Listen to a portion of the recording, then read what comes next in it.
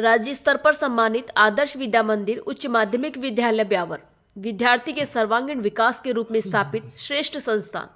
संस्कार में वातावरण में शिक्षा, अटल लैब, डिजिटल बोर्ड द्वारा शिक्षा, उत्तम खेल व्यवस्था, उत्तम वाहन व्यवस्था, सतत अभियोग संपर्क, उत्तम कंप्यूटर शिक्षक की व्यवस्था। आज ही संपर्क करें स्कूल प्रबंधक प्रधानाचार्य नवीन कुमार सैनी, मोबाइल नंबर 9928334285। नमस्कार, मैं हूं कुसुम, आप देख रहे हैं राजस्थान धड़कन न्यूज। इस वक्त की बड़ी खबर।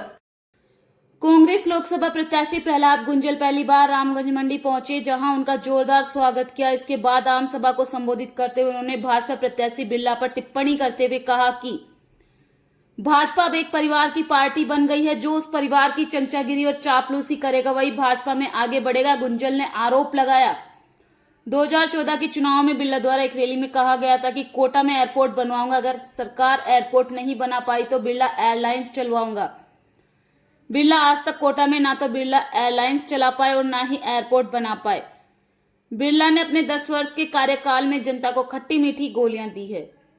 गुंजल ने कहा, जब मैं रामगंज मंडी का विधायक हुआ करता था तो 500 रुपए के खर्चे में प्रधान और 5000 के खर्चे में नगरपालिका अध्यक्ष बन जाता। मेरा कार्यकाल खत्म होने के बाद रामगंज मंडी में चंद्रकांता मेघवाल, मदन दिलावर और ओम बिरला का राज रहा, जिसमें नगरपालिका अध्यक्ष बनने के लिए 2 करोड़ रुपए होने चाहिए। वहीं गुंजल ने मंच से ओम बिरला को खुली चेतावनी दी है कि अपने चेहरे पर चुनाव लड़कर बताओ। अगर बिरला मेरी चुनौती स्वीकार करते हैं तो मैं वादा करता हूं कांग्रेस का कोई भी बड़ा नेता मेरे लोकसभा क्षेत्र में मेरा प्रचार नहीं करेगा।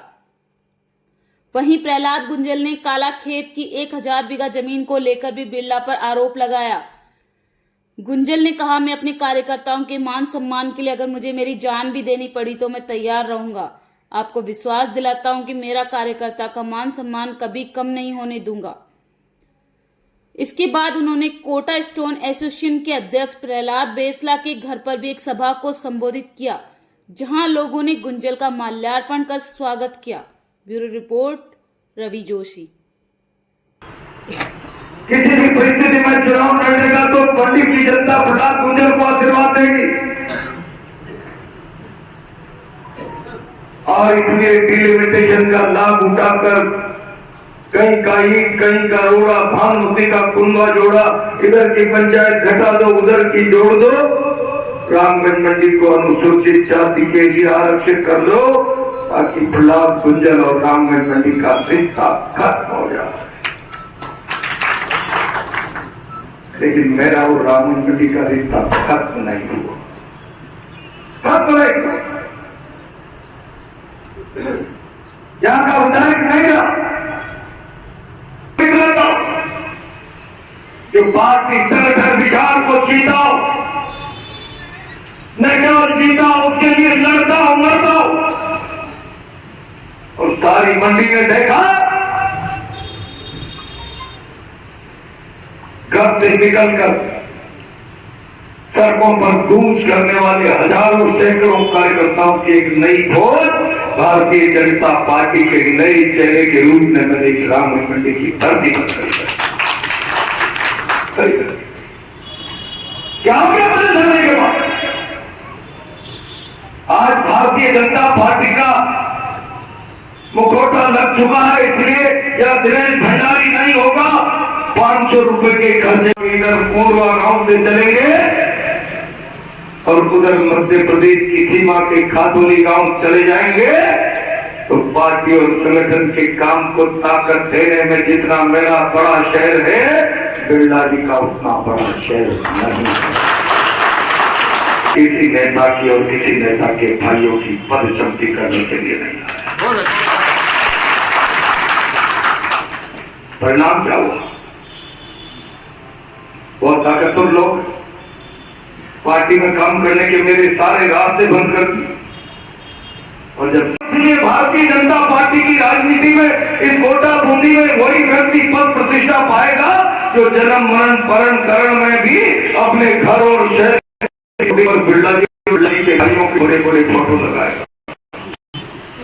5 साल शहर का गुलामी की मानसिकता से उनकी हाजिरी और हुजूरी भरता है। 5 साल तो हम हमारा चेहरा ही दिखाएंगे। मैं इस मन से कहता हूं मंडी के बिरला जी, तुम बहुत ताकतवर हो, तुम प्रधानमंत्री को सिट डाउन कर देते हो, प्रधानमंत्री को सिट डाउन मजबूर कर देते हो, निकल जा तेरी 30-40 कोई माई का लाल खड़ा होकर कह दे प्रहलाद गुंजन ने कारोबारी जीवन जीने का इस धरती पर प्रयास किया।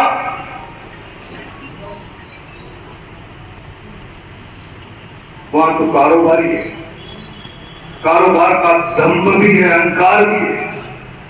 2014 के चुनाव के बाद कहा, मैं अगर कोटा के धरती पर हवाई जहाज नहीं चला पाया, बिरला जी की तरफ से बोले की बात मेरे पूरे इलाके को पहला सेवा